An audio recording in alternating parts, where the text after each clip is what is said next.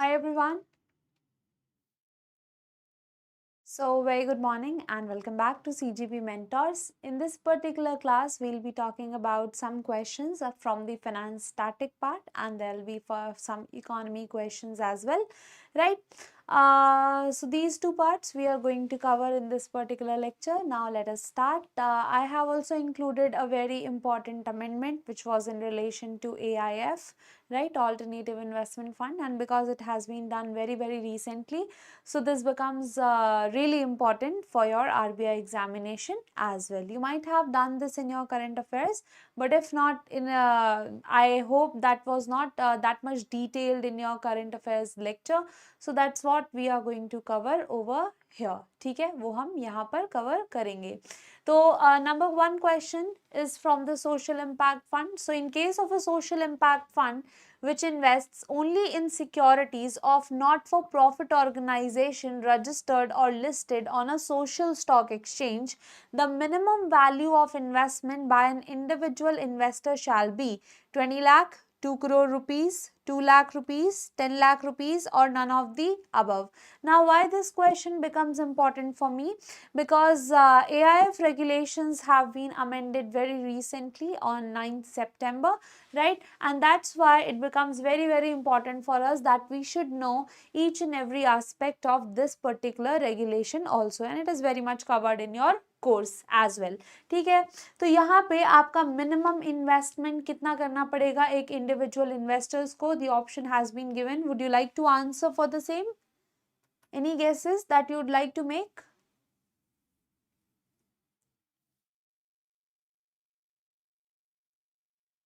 Any answers for the question?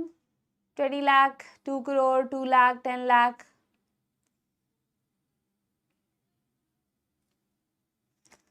See, for the social impact fund, the regulations have asked for just 2 lakh rupees. कितने रुपए मांगे हैं आपसे? बस 2 लाख रुपए.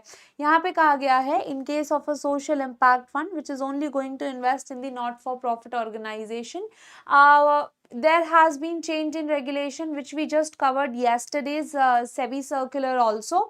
कल ही हमने सेबी सर्कुलर का क्लास लिया था, and there also we talked about that what are the kind of trusts and the organisation और the organisation related changes which have been introduced. ठीक है, कि कितना आपको registration requirement होगा, that has also been mentioned over here. Anyway, so the minimum value of investment by an individual investor has to be 2 lakh rupees. कितना होगा? 2 लाख रुपए. Now next is manager or sponsor shall have a continuing interest in the alternative investment fund of whichever is lower in the form of investment in the AIF. आपसे पूछ रहे हैं कि continuing interest कितना होना चाहिए?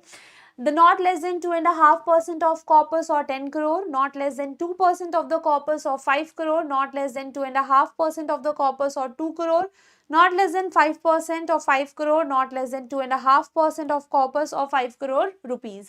Now, while you provide the answer for the following question, I'd like to explain what is the rationale of this question. Basically, whenever you start a particular scheme of AIF, जब भी आप किसी AIF की कोई particular scheme start करते हैं, it is very much required, बहुत ज़्यादा ज़रूरी हो जाता है that you should also have a continuing interest in that particular scheme or fund. Because you are the manager or sponsor, and if you will not put up your funds and you are just asking from the investors of their funds, then it is not viable. ठीक है, तब ये सही बात भी नहीं है. Right, so over here what are your answers? Mohit has given option A. Let us see whether that is correct or not. Right, so the correct answer is not less than 2.5%. ठीक है, why not less than 2.5% of 5 crore rupees? Because over here whenever you are starting a particular scheme, this is the minimum of the requirements that one should have. ठीक है, दोनों में से जो भी कम हो, and such interest shall not be through the waiver of management fees. Waiver of management fees का मतलब ऐसा है कि आपसे कहा जा रहा है that you should make a direct investment. आपको सीधा investment करना है. It's not like we were supposed to charge you management fees but we are not charging. So in such situation you're not going to do like this way. ठीक है, आप इस तरीके से नहीं करेंगे. You are obviously always going to give the upfront what you can say contribution. ठीक है, this is the requirement. Now next we have category 1 and category 2 AIFs. These are launched funds. They shall have a minimum tenure of 4 years, 3 years, 2 years, 1 year or 5 years. ठीक है, they have asked you tenure. Now one thing which is also important, you should know there have been angel funds related changes which have recently brought in by the SEBI. So I hope that you have covered the latest circular for the September month, and that is why it becomes important the tenure also, because angel funds, they are classified in the category 1. So category 1 or category 2 में what is the minimum tenure that one should have AIFs में? So over here the correct answer of yours is 3 years. ठीक है, आपसे कहा गया है category 1 and category 2 funds, they shall be close ended and the tenure shall be determined at the time of application subject to the SEBI regulation. कितने साल के लिए? No, it's 3 years, Abhigyan, right? It is for 3 years. So this is what the minimum tenure of category 1 and category 2 AIFs. Okay, these are, yes, the correct answer is 3 years. So the minimum tenure shall be 3 years. Now next is units of close-ended AIFs may be listed on stock exchange subject to a minimum tradable lot of. देखो, when I teach you in the finance static class, at that time also I have taught you, if you remember, whenever we are allowing you to trade on the stock exchange, number one is AIFs are privately pooled vehicles. Privately pooled vehicles का मतलब कि आपके ऊपर number of investors का limitation होता है. कितने number of investors can be there in your fund? There is a limitation on this, right? When we raise funds from what you can say stock market in general, there is no restriction on number of investors. Number of investors में इतना हमारे ऊपर restriction नहीं है. So that is why when you are a privately pooled investment fund and we are allowing you to trade on stock exchange as well, we are going to maintain parity. हम parity maintain करेंगे कि आप अपने investors से कितना ले रहे हैं, and if somebody wants to invest, अगर कोई invest करना चाहता है through tradable lot, right, और by investing in the stock exchange, तब हम दोनों चीजों में क्या करेंगे? parity maintain करके रखेंगे, right? So over here let's have the options 1 crore, 2 crore, 3 crore, 4 crore or 20 lakh rupees. So if you have read the regulations, ठीक है, अगर आपने regulations क्या आपने basics भी हमने AIF के साथ में पढ़े हैं, right? So in that particular situation, what shall be the answer for us? क्या आंसर होगा हमारा? Yes, good. It's 1 crore rupees, right? Good, Abhigyan. So it's 1 crore rupees that has been told to you. When you are dealing in a close-ended fund, close-ended funds क्या होते हैं? There is a limitation on when you can invest and when you can withdraw the investment. कब आप investment कर सकते हैं, कब आप investment withdraw कर सकते हैं, दोनों चीजों में restrictions हैं, right? That the fund time is closed. Now in this particular case, if you want to list on the stock exchange, obviously you have to maintain parity, that what you are asking from your first time investors versus what you are asking on stock exchange, दोनों चीजों में आपका क्या होना चाहिए? parity होना चाहिए. Got the point? Now yes, this is 1 crore rupees. Now this is the last question from the latest regulations and then we'll move forward.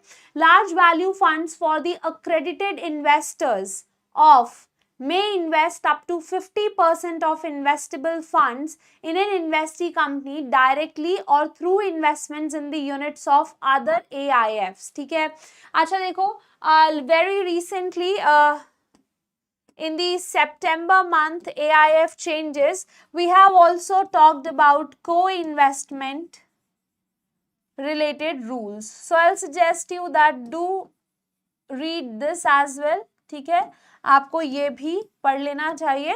I'll not say that this is the part of the static portion, but I'll say that this is what your current affairs segment would comprise of. तो आपको ये भी चीज पढ़ लेनी चाहिए from the finance static per se. Okay, so over here they are asking me that large value funds for accredited investors of which category may invest up to 50% in an investee company directly or through investments in the units of other AIF. So this largely talks about the co-investment rules as well.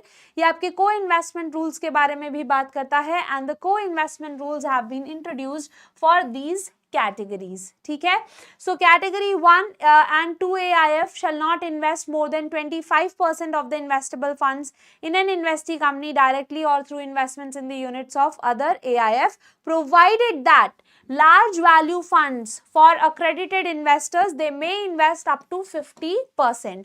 Normal requirement क्या है?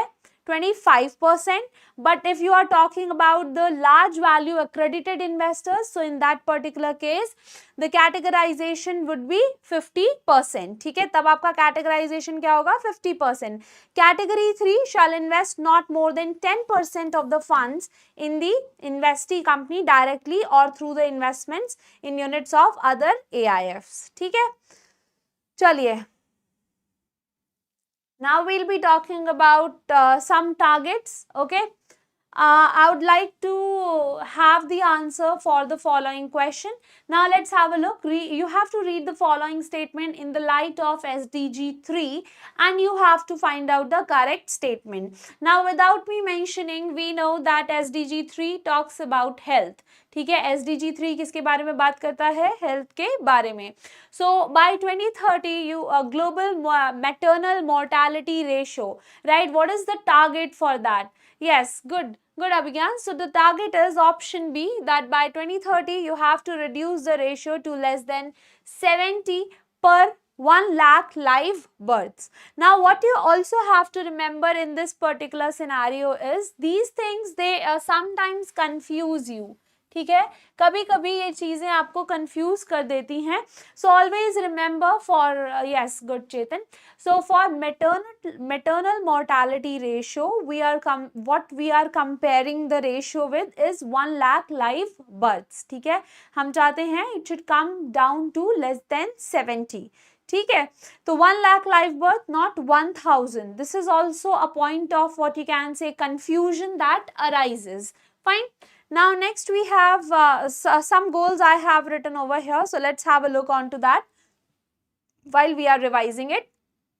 So by 2030, we have to reduce the maternal mortality ratio to less than 70 per 1 lakh live birth. By 2030, we have to end the preventable deaths of newborn and children under 5 years of age, with all countries aiming to reduce the neonatal mortality rate to at least as low as 12 per 1000 live birth and under 5 mortality rate to at least as low as 25 per 1000 live birth. Right? Remember that what is the criteria over here. Okay, and you also have to remember these numbers. I guess the maternal one was easier. ठीक है, वो ज़्यादा easy था, but neonatal as well as the under 5, these both the targets you have to remember. Now by 2030 end the epidemics. Now this is generic, we do not have any target, so just we can ignore this. Now next is read the following statement in the light of SDG 2 and find out the correct statement. You need to find out the correct statement. By 2030 end all forms of malnutrition and including achieving by 2025 the internationally agreed targets on stunting and wasting in children under 5 years of age. So this particular target related to stunting and wasting in children, what is the timeline by that you have to achieve? 2025, 2027, 2028, 2029 or by 2030? These are the options you are having, and what could be your answer for that? What do you think? Here we are talking about children, ठीक है? Is that so? That's why I included this particular question. This is a bit confusing question, ठीक है? I'll not say it's confusing, but the targets are confusing over here. So by 2030, you have to what you can say, end all forms of malnutrition, but you have to achieve the targets of stunting and wasting in children under 5 by 2025. ठीक है, 2025 is the answer. Remember this. Okay, so in your goal 2, which is for end hunger, achieve food security and improve nutrition, in this particular scenario, what they have said is that by 2030, end hunger, ensure access to all people, right, and all forms of malnutrition, and by 2025, internationally agreed targets on stunting and wasting under 5 years has to be achieved. ठीक है, so this one particular target also you have to remember, ये भी आपको याद रखना है. Now moving on to our next question. So no loan related and ad hoc service charges should be levied on priority sector loans up to. ठीक है, कोई भी लोन रिलेटेड चार्जेस आपको नहीं लेवी करने हैं प्रायोरिटी सेक्टर लोन्स में. कितना, what is the limit for that? They are asking you the limit, and over here the limit is 25,000, right? So they say no loan related or other service charges shall be levied on priority sector loans up to 50,000 in case the eligible priority sector loans to SHG, so where the loans will be applicable as per the per member, not the group as whole. Now next is loans up to a limit of per borrower for setting up schools, drinking water facilities and sanitation facilities, and water improvements will be eligible for the PSL 1 crore, 2 crore, 5 crore, 8 crore or 10 crores. What would be the limit over here?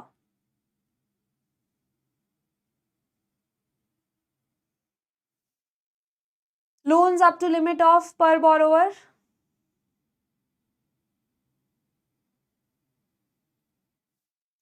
Okay, so the correct answer is your 10 crores, right?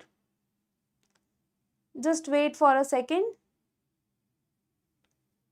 Wait. Yes, loans up to a limit of 8 crores per borrower for setting up schools, drinking waters, etc., including constructions, they would be allowed. I guess the option is marked incorrectly, so it would be 8 crores, right? Now, next we have, just a second. As per the RBI guidelines, all collateral-free loans, irrespective of end use and mode of application, provided to low-income households, that is households having annual income up to 3 lakh, shall be considered as microfinance loans. And monthly installment for such loans, what is the limit of maximum for the monthly household income? आपसे पूछा जा रहा है that what would be the limit for the maximum household income in case of microfinance related loans. What shall be the answer over here?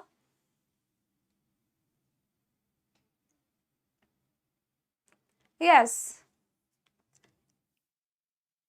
it would be 50%. ठीक है, कितना होगा आपका? 50%. So microfinance, all collateral free loans, जितने भी आपके collateral free loans हैं, irrespective of end use, which are provided to low income households, there should be a limit on the amount that should outflow as an installment, and it is 50% of the monthly household income. ठीक है, आपका outflow कितना cap होगा? 50%. Yes, good Anushka, Abhijnana, Saurabh, that is right. Now next is, as per RBI guidelines, the centers which have population is tier 4 center. आपसे tier 4 centers का population पूछा है as per 2011 census. What shall be the answer? Over here, 1 lakh and above, 50,000 to 99,000, 20,000 to 49,000, 10,000 to 19,000 or 5,000 to 9,000.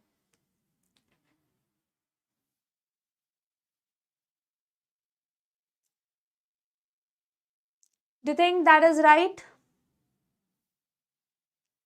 So as per census 2011, you have been asked tier 4 centers, and the classification, as easy it may sound, it is very, very important. So these are the guidelines for yours, tier 1, tier 2, tier 3, tier 4, tier 5 and tier 6. ठीक है, tier 4 में you have 10,000 to 19,999.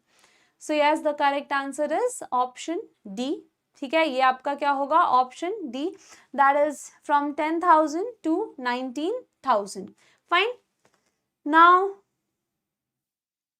Next you are having one, you can look onto this particular thing also. This is group wise classification of centers. So rural centers, they are classified up to 9,999, and then your semi-urban centers up to 99,000, then urban centers up to 9,99,000, and then metropolitan are above than that. ठीक है, metropolitan उससे ज़्यादा हैं.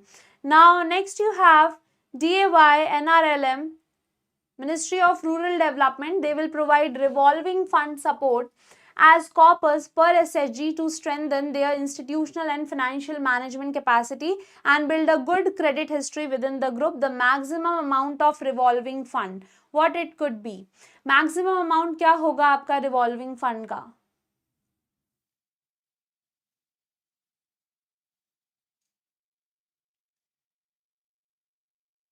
What shall be the answer? Okay. See, Ministry of Rural Development, the correct answer is going to be 30,000. So they have said that they are going to provide you the revolving fund, right, as corpus, the SHGs which are in existence for a maximum period of 3/6 and follow the norms of good SHGs known as Panch Sutras, like regular meetings, regular savings, internal lendings also, they are going to get the support of revolving fund. ठीक है? Now, next is under interest subvention scheme for loans up to 3 lakh, banks will extend credit at a concessional interest rate of 7% per annum. For outstanding credit balance up to 3 lakh, the banks will be subvented at a uniform rate of 4.5% during the financial year 2025. ठीक है, तो आपसे पूछा है that what would be the subvention over here. So 4.5, the answer is already provided, so just leave it. The scheme is, number one thing is, this is limited to women, ठीक है? This is limited to women. And then for loans up to 3 lakhs, the banks are going to extend the credit at a concessional interest rate of 7%. For outstanding balance, if the outstanding balance is up to this much, the banks will be subvented at a uniform rate of 4.5%. So the correct answer is 4.5%. Now next you have under NRLM, in order to facilitate use of loans for augmenting livelihoods of self-help group members, at least of loans above 1 lakh and of loans above 4 lakh and at least of loans above 6 lakh should be used primarily for income generating productive purposes. See, the loans would be provided, but over here they are asking you that how much of the loan you should use for the income generating purpose, productive purposes के लिए आपको कितना loan जो है वो use करना चाहिए. So what shall be the answer over here? What shall be the answer? Sure about it?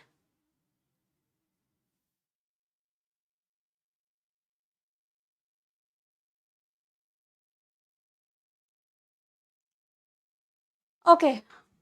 So the correct answer over here is 50%, 75% and 85%. It has been said, this line has to be remembered, at least 50% of loans above 1 lakh, 75% above 4 lakh and 85% of the loans above 6 lakh, they should be used primarily for the income generating activities. ये loans आपको use करने हैं income generating activities के लिए.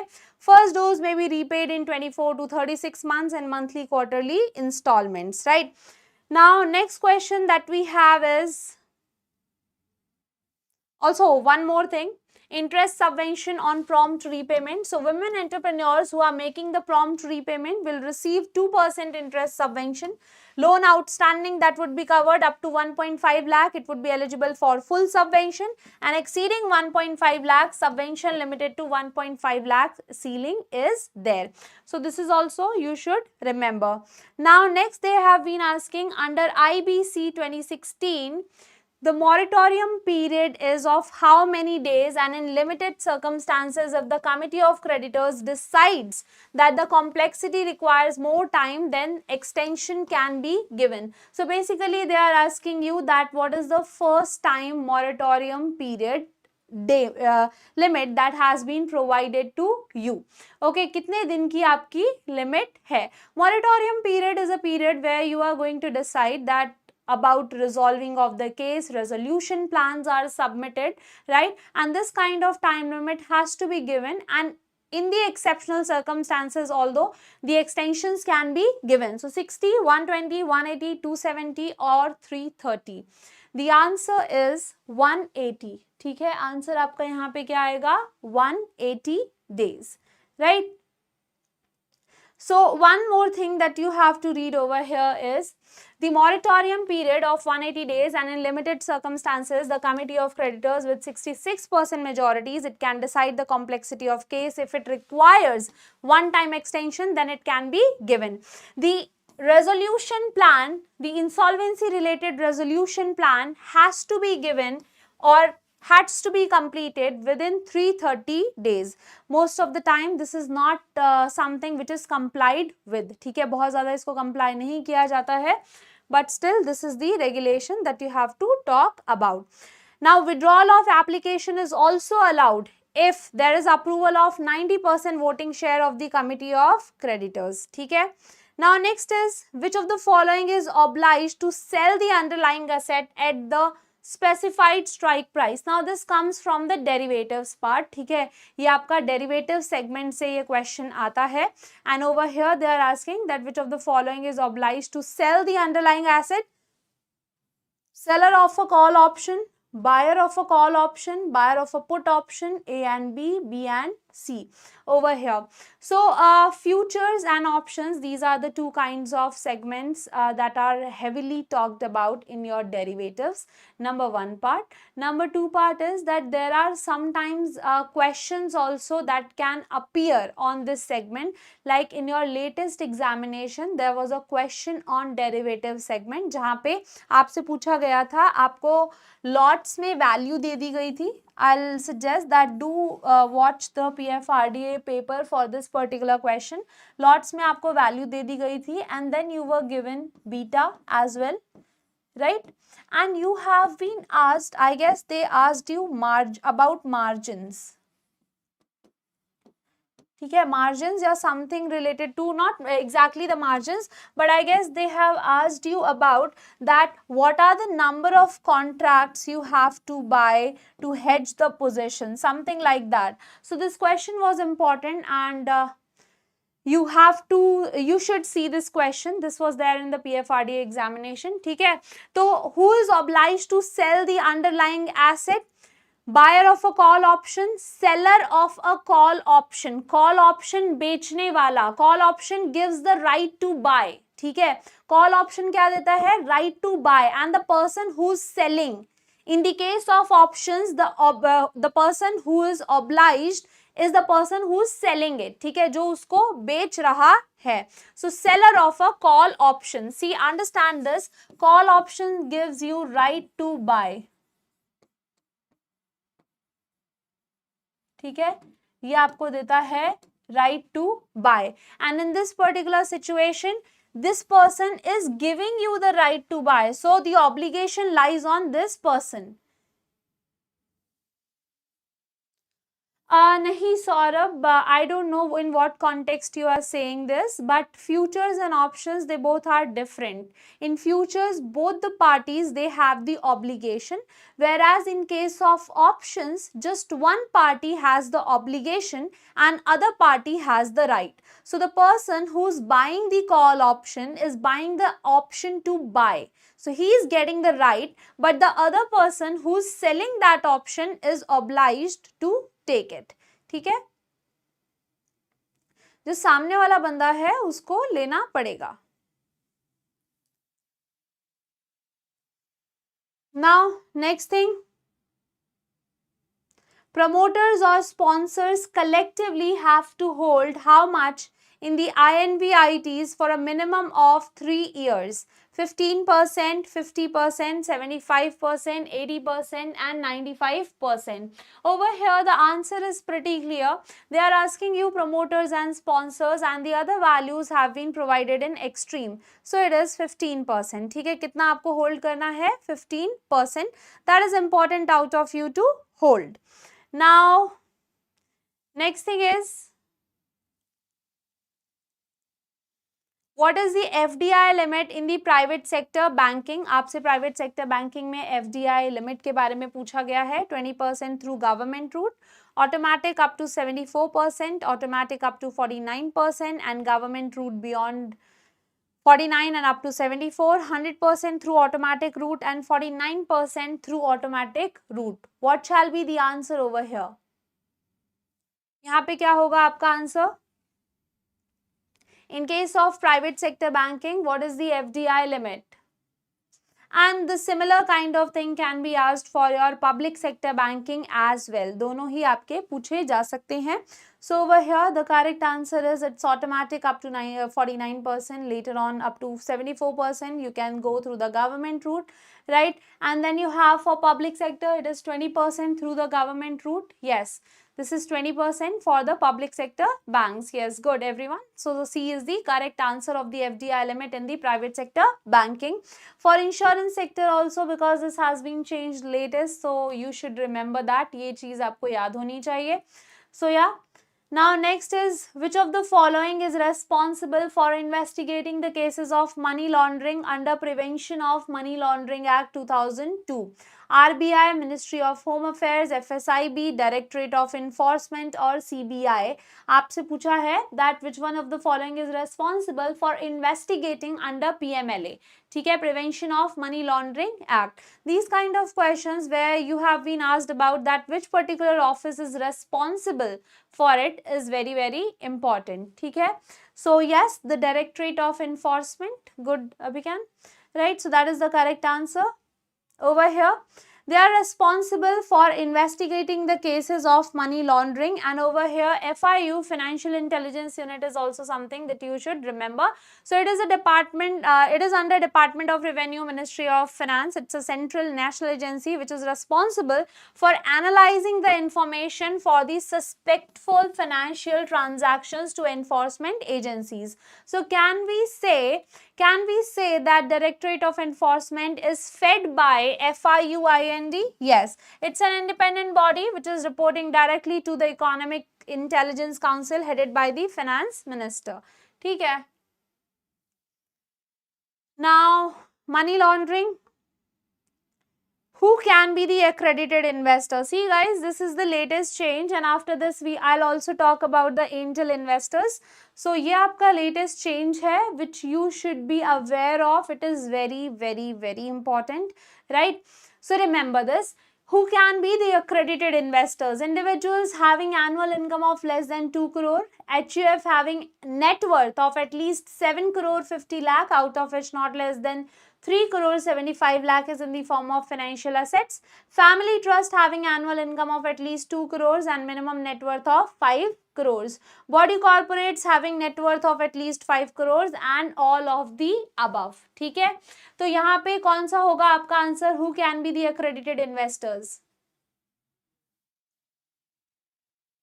बताइए, who can be the accredited investor? Correct answer.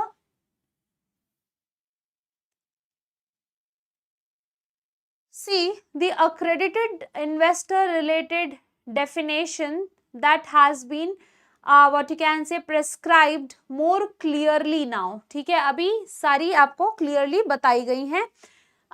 See this. Accredited investors. First we'll see the definition and then we'll talk about it. So in case of an individual, HUF, family trust or sole proprietorship, normally we always focus on individuals. ठीक है, हम हमेशा individuals के बारे में ही देखते हैं. We don't focus on other aspects which has been given. ठीक है, so annual income of at least 2 crore, net worth of at least 7 crore 50 lakhs, out of which not less than 3 crore 75 lakh is in the form of financial assets, annual income of at least 1 crore and minimum net worth of 5 crores. Okay, out of which not less than 2 crore 50 lakh is in the form of financial assets. Now one thing that you have to remember is these are all in OR. ठीक है, either this और that, ठीक है। तो ये 3 options आपको दिए हुए हैं, you can have any one of the following. At least 2 crore लिखा हुआ है, watch the statements very very carefully. At least, कम से कम इतना तो होना ही चाहिए। In the options I have tweaked that, ठीक है, वो मैंने थोड़ा सा चेंज कर दिया है। This is for these 3 and for body corporates net worth of at least 50 crores. In case of trusts other than family trust should be having worth of at least 50 crores. ठीक है, partnership के लिए the partner should independently meet the criteria. Now if we look at the options, अब अगर हम options के बारे में देखेंगे, body corporate having net worth of 5 crore, no, 50 crores, ठीक है। family trust annual income of at least 2 crore and minimum net worth of 5 crore out of which not less than 2 crore 50 lakhs is in the form of financial assets. देखो ये भी हो सकता है, HUF having net worth of at least 7 crore 50 out of which not less than 3 crores is in the form of financial assets, ठीक है। ये तो ऑप्शन नहीं होगा, I guess there was some problem, both these options are correct, ठीक है, दोनों ही options यहाँ पर सही हैं। HUF वाला भी ठीक है और फैमिली ट्रस्ट वाला भी ठीक है, बिकॉज फैमिली ट्रस्ट में भी कोई भी हो सकता है, एनुअल इनकम ऑफ एटलीस्ट, अच्छा नहीं, फैमिली ट्रस्ट वाला भी ठीक नहीं है, बिकॉज फैमिली ट्रस्ट वाले में आपको यहाँ पे 2 करोड़ लिखा हुआ है and in the definition they have written 1 crore, ठीक है। सो all these are incorrect, okay, only this one is correct. So 3 things that you have to remember related to the HUF, family trust, individuals, they are having the same kind of guidelines. 3 guidelines are there. Number 1 is related to annual income, which should not be less than 2 crore, ज़्यादा होना चाहिए. Number 2 is for the net worth related requirements कि आपका 7 crore 50 lakhs का आपका at least net worth हो, right, and out of that not less than half of it should be in the form of financial assets. And the third option is 1 crore annual income and the net worth of 5 crore out of which 250 should be in the form of financial assets. I hope you will remember this. This is a very very important question, very latest, right? Now next is large value funds for accredited investors, means AIF or schemes of AIF in which each investor is an accredited investor and invests not less than, ठीक है, large value fund for accredited investors, इसके बारे में हमने ऊपर भी पढ़ा था. So यहाँ पे बात की जा रही है that each investor is an accredited investor and what is the minimum amount that they should invest. 7 crores, 70 crores, 10 crores, 25 crores और 20 crores, ठीक है, क्या आएगा बताइए. So the correct option is 70 crores. क्या है 70 crores. Large value fund for accredited investors, it means those AIFs for which all the investors are accredited investors. Remember that we always have to read the exceptions as well. So other than managers, sponsors, employees, directors, इनको छोड़ के all are accredited investors and they should invest not less than 70 crore rupees. ठीक है, कम से कम कितना invest करना है 70 crore rupees. Now moving forward, talking about the angel investors. In angel investor की definition पहले कुछ और थी, अब बदल दी गई है. Individual investor who has net tangible asset of at least 2 crore, who has early stage investment experience, who is a senior management professional with at least 10 years of experience, an accredited investor or key managerial personnel of angel fund who invests in angel funds. ठीक है.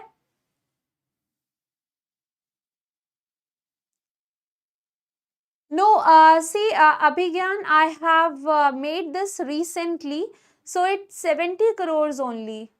I have made it from the AIF regulations, which has been amended on 9th September itself. But still, I'll watch for it. As per me, they are 99% correct, but still, I am keeping 1% room for doubt, right? And I'll do check it. If there would be anything that I feel like ki gadbad hai, I'll mention in the comments. Is that fine? I'm sure about it. It's 70 crores because I have made it from the latest regulations, but still, we always have the room for mistakes. So yeah.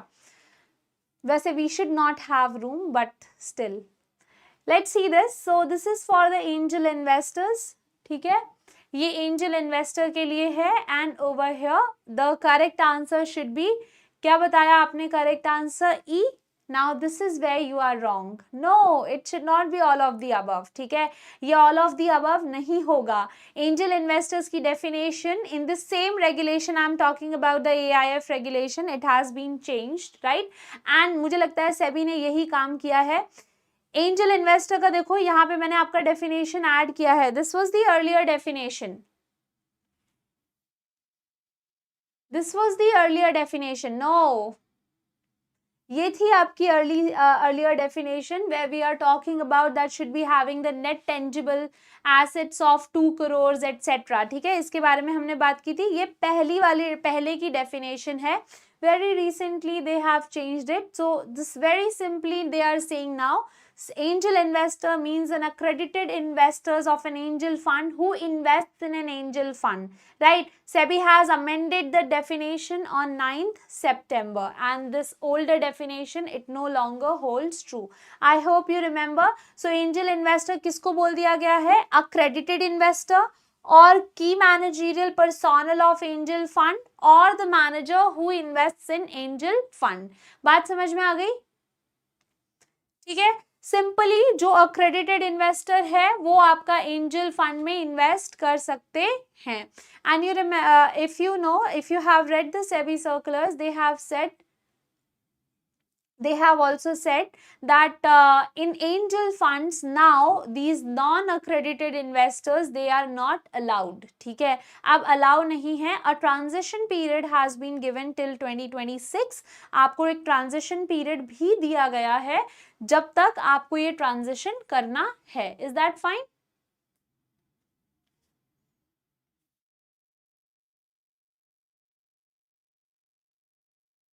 Okay. चलिए, सो ये दो definitions आप याद रखेंगे. Now which of the following reference rate, इनमें से कौन सी reference rate is not published by the FBIL? CNY INR, USD INR, Euro INR, GBP INR or JPY INR? From the answer question itself, it's very very clear.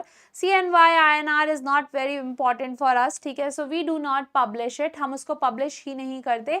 USD INR, Euro, Pounds and Yen INR, these are the reference rates that we use. Okay. Now next is also about FBIL. So it is jointly owned by FIMDA, FIDI, IBA. It was formed in 2014 as a private limited company and it provides us the benchmarking. ठीक है, ये हमको क्या देती है? Benchmarking provide करती है. Now which of the following sector has the highest weightage in Sensex? किस sector का highest weightage है? Even you can answer this from common sense also. ये आप common sense से भी answer कर सकते हैं कि कौन से sector का आपका highest weightage है in Sensex. Both in Sensex and Nifty, it is very very important for you that you should remember which particular sector is having the highest weightage. It is finance, ठीक है. Finance sector is having the highest what you can say constitution in Sensex.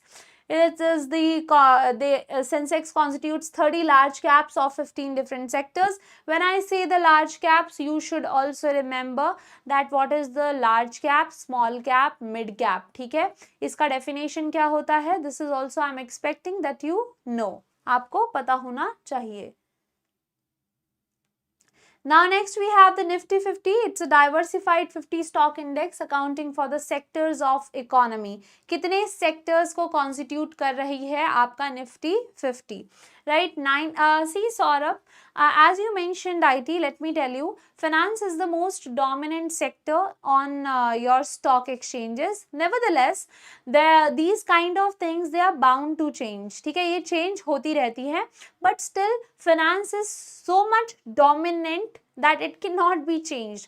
बाकी सारी चीज़ों का ranking it keeps on changing. That is why no one will ever talk about that what is the second highest or what is the third highest. But still we believe that your finance is the most constituent part. ठीक है, वो सबसे ज़्यादा आपका dominant part है. Nifty 50 अभी diversified 50 stock indexes हैं accounting for the sectors of economy. कितने सेक्टर्स को रिप्रेजेंट कर रहा है आपका Nifty 50? Now in the what you can say your finance static portion we have talked about different kind of segments like bank nifty के बारे में भी बात की है. So important indices you should remember. ठीक है,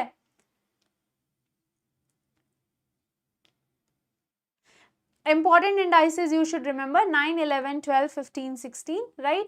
So yeah, the correct option is D, Nifty 50. It's a diversified 50 stock indexes accounting for 15 sectors.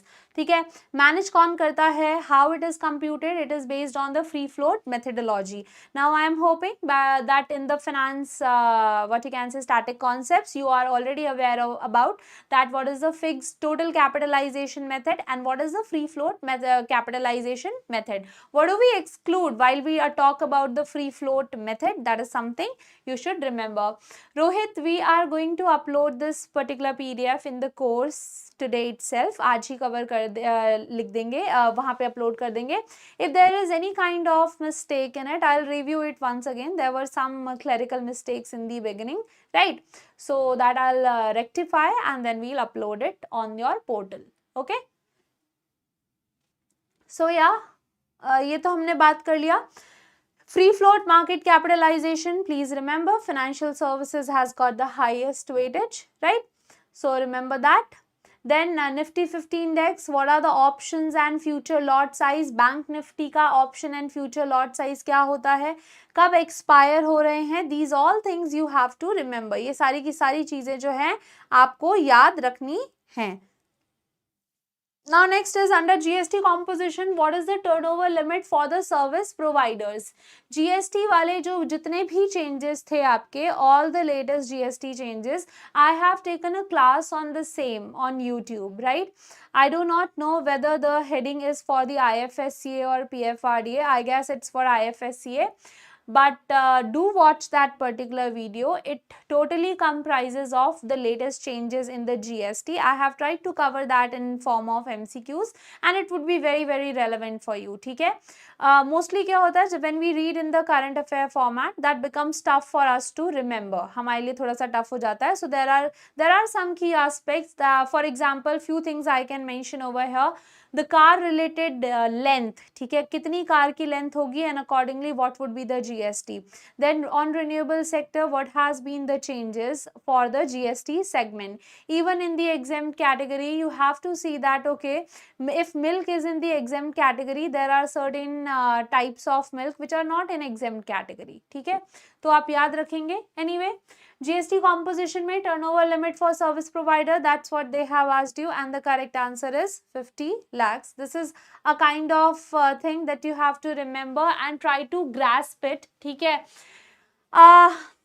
the limit of annual turnover for availing the composition is 1.5 crores, but जो special category की states हैं Arunachal, Manipur, Meghalaya, Mizoram, Nagaland, Sikkim, Tripura, they have the limit of 75 lakhs. For Jammu and Kashmir and Uttarakhand it is 1 crore. ये कितना है? 1 crore. Composition scheme which has been made available for suppliers of services with a tax rate of 6%, right, having an annual turnover of up to 50 lakhs and registration limits is for supply of goods 40 lakhs, 20 lakhs for the special category states and 20 lakhs for the supply of services it is 20 lakhs and 10 lakhs for the special category states. ठीक है, इतना है आपका. Let me see what is the question that they have asked you. Yes, for the composition scheme they have asked you, they have not asked you for the registration part. तो उन्होंने composition के लिए पूछा है and it is 50 lakh. What do we mean by a composition? See, there are some small business providers, right, and we do not want to burden them with so much responsibility. So what we do is that we say, okay fine, please do pay a very small amount of tax. आप बस थोड़ा सा tax पे कर दीजिए. For example just pay 6% and we will give you a label of composition. In case of composition dealers they are not allowed to take input tax credit. ठीक है, जैसे मान लीजिए मैंने कोई सामान खरीदा and I paid tax on it, so when I will sell the goods I will charge from the customers, right, and I can avail the input tax credit. ठीक है, मैं इनपुट टैक्स क्रेडिट अवेल कर सकती हूँ. But in case of composition dealers, input tax credit is something which is not allowed. ठीक है, आप नहीं ले सकते, because government is saying we are already giving you the benefit by charging you less tax. ठीक है, हम आपसे already कम tax charge कर रहे हैं, so we will not allow you the credit facility. ठीक है. Now next is under the GST law, export of goods or services has been covered under SGST, IGST, UTGST, CGST. आपसे पूछा है GST law में exports किस पे आते हैं, स्टेट में, IGST में, UTGST में, CGST में, और none of the above. See, let me tell you, exports in India, they are zero rated. Zero rated का मतलब क्या होता है? We do not charge anything on export. ठीक है, हम कुछ charge नहीं करते हैं. Reason being, what we want is that it should grow because it is going to bring us the foreign exchange. हमारे लिए foreign exchange लाएंगे. ठीक है. Imports पे we do apply the taxes, but the rules regarding this, see, I'll just clarify one thing over here. We have mentioned that the exports are zero rated, but right now they are zero. We have not put it, we have not kept them in exemption. हमने exemption में नहीं रखा है. In future, if we would like, we can put the taxes on it. ठीक है? So government always retains the power to impose the tax depending on the situation. जैसी आपकी situation होगी, उसके हिसाब से आपके ऊपर जो है tax लगाया जाएगा. Right? So always remember these rules will come on the in the IGST. ठीक है, कहाँ आएगा आपका IGST में, जैसे under the GST law, export has been treated as interstate supply and it is covered under IGST. इसके जो rules होंगे वो IGST में आएंगे, but the thing is they are zero rated. Right, so none नहीं करना है आपको. रीजन बीइंग, आपसे एक्ट पूछा गया है. If they would have asked you about what would be the duty, you could have then choose none. ठीक है, यहाँ पे नन नहीं आएगा, यहाँ पे IGST आएगा. Both imports and exports they are covered under IGST act. ठीक है, कहाँ कवर्ड है? IGST एक्ट में. Now next is, which of the following is not correct regarding the GST Council, although the answer is given upfront. So let's talk about the other things. Chairperson is Union Finance Minister. Vice Chairperson has to be chosen from Minister of State, Minister of State Finance, and all the Ministers of Finance Taxation of each state. Decision is by 75% majority. Quorum is 75% of member. That is incorrect. ठीक है, quorum कितना बोला है आपको? 50% of total members. Decision is by 75% majority. States are having 2/3 weightage and center is having 1/3 weightage. Quorum का मतलब होता है this is the minimum requirement if the what you can say meeting is to be called validly held. ठीक है, अगर आपको चाहिए कि मीटिंग वैलिड रहे तो इतने लोग आने चाहिए मीटिंग में. That is what do we mean by quorum. Yes, good Abhigyan. So this is 50% quorum. Remember that. Now FSDC subcommittee is chaired by Finance Minister, Finance Secretary, RBI Governor, Deputy Governor of RBI, Cabinet Secretary. I do not know whether you have read this particular portion very what you can say diligently or not. Yes, good. Good. It is RBI Governor. So Financial Stability Development Council, the chairperson, who is the chairperson of FSDC, Financial Stability Development Council? It is Finance Minister. And you see all the bodies representing the finance, they are well represented in FSDC as well. आपके FSDC में भी represented हैं. But when we are talking about the subcommittee, जब हम subcommittee के बारे में बात कर रहे हैं, so the chairperson is RBI Governor. Who is the chairperson? RBI Governor. And all the members of FSDC, they are also the members of subcommittee. ठीक है? Now, next thing is debenture trustees. They are regulated by RBI, SEBI, MOF, MOCA, MOC and I. बताइए, debenture trustees कौन regulate करता है? See, all these are why they have been given like this particular situation. ठीक है, यहाँ पे हम किसके बाद why these options have been kept like this, because just in order to confuse you. ministry of your company and the other kind of ministries, they will not be responsible for this. Who's going to responsible? SEBI. Now one more thing, like your KRAs, right? So yesterday there was a session in which we were talking about the KYC registration agencies, ठीक है? So that also comes under SEBI, ठीक है? वो भी आपका SEBI के under भी आता है वो. So these kind of things, like when you will be reading the other finance documents, always try to remember, if you are reading about an agency, for example you are reading about investment advisors या आप और किसी के बारे में पढ़ रहे हैं, so don't you forget to think about that what is going to be the regulating agency for it. ठीक है, बहुत सारे. See, for phase 1, this is not very much important. There are other segments. I like to tell you that please focus more on current affairs. Please focus more on PIB. They are really, really important. And various important topics would be covered then and there itself, right? But still, we'll try if that happens. So yes, debenture trustees, they are regulated under the provisions of SEBI. It means a trustee appointed in respect of debentures. Capital adequacy requirement shall not be less than 10 crore rupees. Now next is the not-for-profit organization shall file the draft fundraising document with social stock exchange. Minimum issue size shall be, कितना होना चाहिए आपका minimum issue size? 10 lakhs, 20 lakhs, 30 lakhs, 40 lakhs or 50 lakhs. What shall be the minimum issue size for not-for-profit organizations? See, anything that comes in relation to social stock exchanges becomes important for you this time, because they have been in news because of the various decisions taken by the SEBI. SEBI ने बहुत सारे decisions लिए हैं, and that is why they remain in news. 10, 20, 30, 40, 50. So the correct answer is 50 lakhs. Minimum requirement has to be met by the not-for-profit organizations. Zero coupon, zero principal instruments shall be issued in DMAT. Zero coupon, zero principal instrument shall not be transferable from the original subscriber. The minimum issue size shall be 50 lakhs. See, the point over here is, when you are taking the money for the welfare purposes, why you would like to provide the interest? ठीक है, जिसने यहाँ पे पैसा डाला है उसका पैसा तो गया मतलब कि for welfare activities, that money has been taken in. Application size, please remember 10,000 rupees. Issue size, please remember 50 lakh rupees. And the minimum subscription requirement is also different from the usual issue that we see in SEBI. ठीक है, जो बाकी के हम SEBI related issues देखते हैं उससे अलग है. So it is 75%. कितना है ये? 75%. Minimum number of meetings of Central Board of RBI in a year. कितनी meetings होनी चाहिए? कम से कम 2, 3, 4, 5, 6. बताइए कितनी होनी चाहिए minimum number of meetings? Tell me.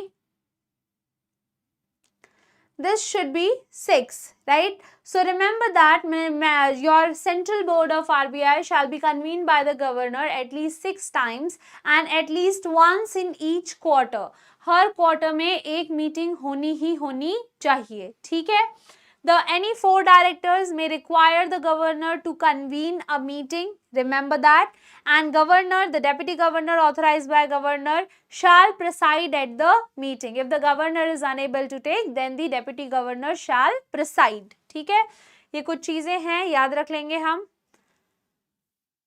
This particular doc, when I'll upload this, I hope you will learn this. So who all are there in the central board of directors, who all are non-official directors, meetings of the board, right? 6 meetings, 1 meeting in minimum in each quarter. Please remember that. ठीक है, 4 local boards हैं आपके. Now, which of the following NBFCs is not registered with RBI? So your credit rating agencies. ठीक है, कौन credit rating agency है जो is like asset finance company which is a financial institution. You know this. Investment company का मतलब भी आपको पता है, लोन कंपनी का भी पता है, IFC का भी पता है, and systematically important companies, all this you know. So you just have to remember that which of the following we are not what you can say registered with RBI. Just a second. Why we are talking about that not registered with RBI? See, credit rating agencies, they are normally predominantly in your capital market as well. ठीक है, so that is why you have to remember the regulators well. Now, which of the following will always remain in the base layer? So that is NBFC, P2P, peer to peer. These comes from the latest NBFC regulations. Fine. Base layer, remember that. Who shall comprise? Non-deposit taking below asset size 1000, NBFCs of following activities: peer-to-peer account aggregators, non-operative financial holding, and not availing public funds. ठीक है. One more thing that you have to remember, this top layer will ideally remain vacant. ठीक है, ये हमेशा खाली ही रहेगी. If and when the time needs it, जब कभी समय की जरूरत होगी and the RBI feels like that they have to populate this particular top layer, they are going to do it. तब वो इसको populate करेंगे. ठीक है. Now next is, which of the following is the focus of goal 2 of SDG? End poverty, end hunger, ensure healthy lives, ensure availability. We have seen SDG 2 related question in the beginning itself, right? So that is going to be end hunger, achieve food security. I have talked about the sub targets that we have to achieve well. ठीक है. Why I have included those targets? When you are reading the SDGs, जब आप SDG पढ़ रहे हैं, do watch out for the sub targets as well. The important ones I have included, but I'll still like that you should go through once and just read what has been given in numbers. If there is any target which has been given in numbers, which should have been achieved by a specific date, एक specific date तक वो achieve हो जाना चाहिए. So these kind of targets you should remember for your exam. आपको आपके exam के लिए याद रखना चाहिए. Next is, which goal of the SDG focuses on reducing inequality within and among countries, right? Inequality related, for example, the goal 5 also talks about inequality. Goal 10 also talks about the inequality. So you have to be very clear. Now, when you will be able to judge this, when you know that what the sub targets are, right? So like goal 10, it also aims at reducing inequalities among countries. Then goal 5, what it talks about gender related equality also. Now in the latest UN SDG report, what is India's ranking? जो आपकी SDG report 2025 है United Nations की, what is India's ranking in this? 90, 99, 98, 101, 105. Good. So 99 is the ranking of India. Who publishes this particular report? UN Sustainable Development Solutions Network. ठीक है. India की rank क्या है? 99. Change in score 7.6%. That is not very much relevant. Now, which of the following sustainable goal remains a challenge for India under UN SDG? क्या लगता है कौन सा गोल इंडिया के लिए चैलेंज रहा है? SDG 5, SDG 2, SDG 10, SDG 11 और SDG 1? What do you think? Which one particular goal has been in, what you can say, has been a problematic area?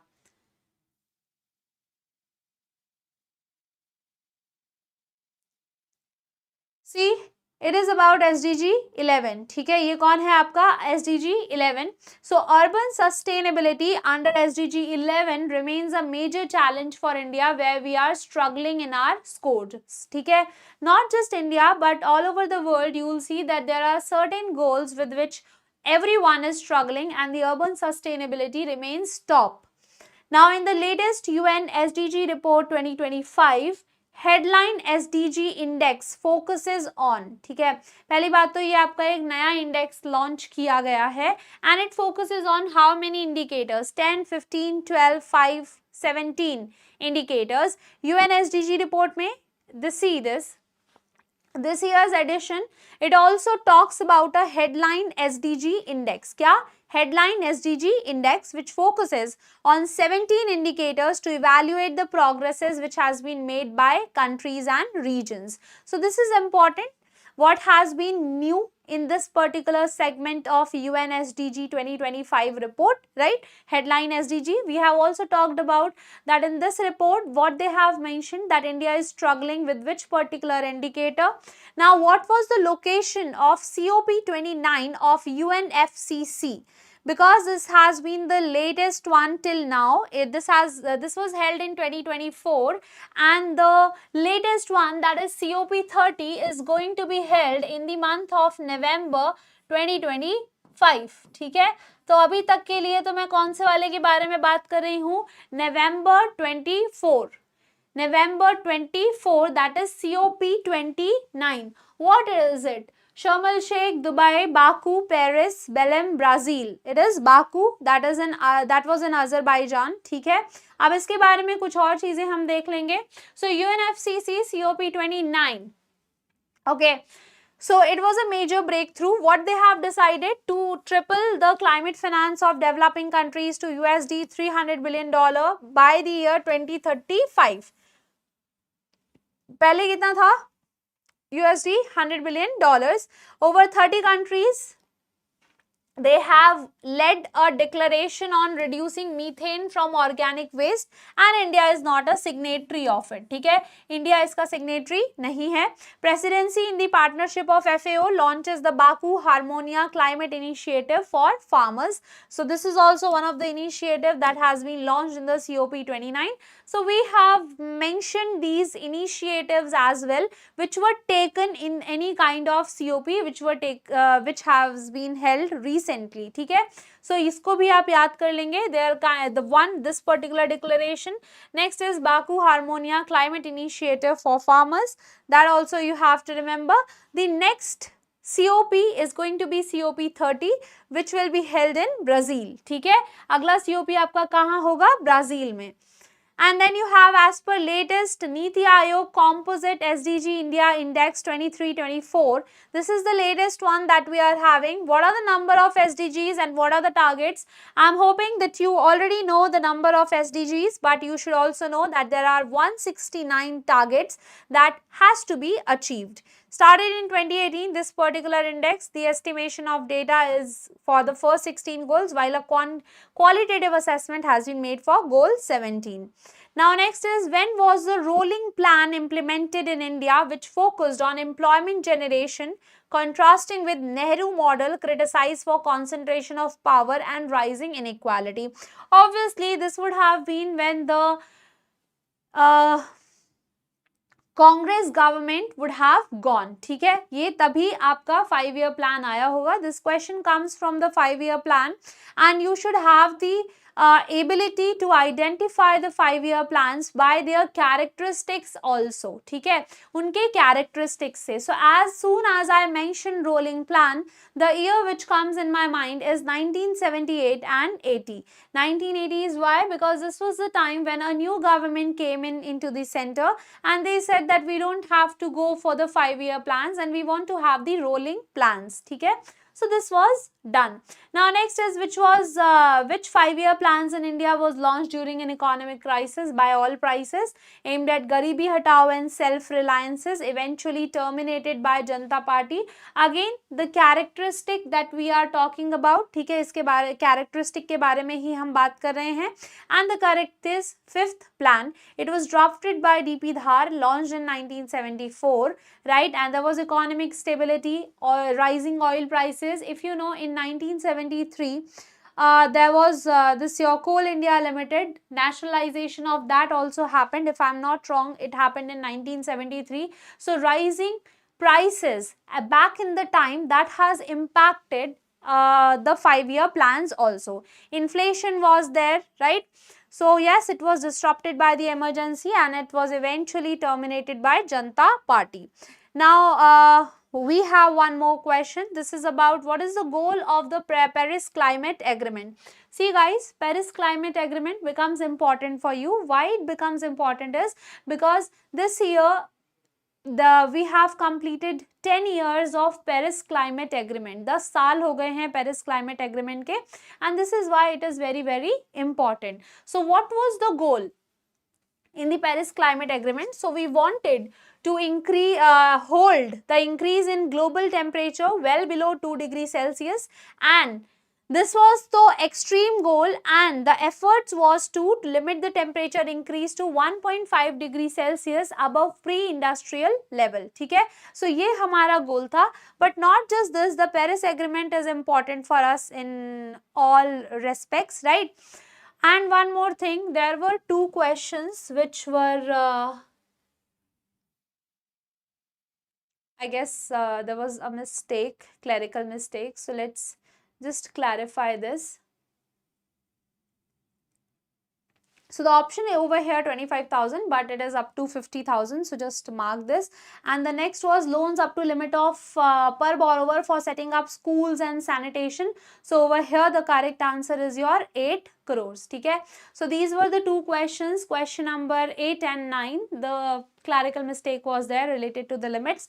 So I hope you will have I will correct this, and we will upload the corrected PDF today itself. And for all the questions that we have done, I would like that while you are preparing for your exam, you will have an idea about around those questions also. If I have talked about Paris Agreement, please ensure that you know some important details about Paris Agreement as well. So this is it in this particular class. Thank you so much for watching, and I hope you did understood the video. If you did, then please do not forget to like this video. Thank you so much.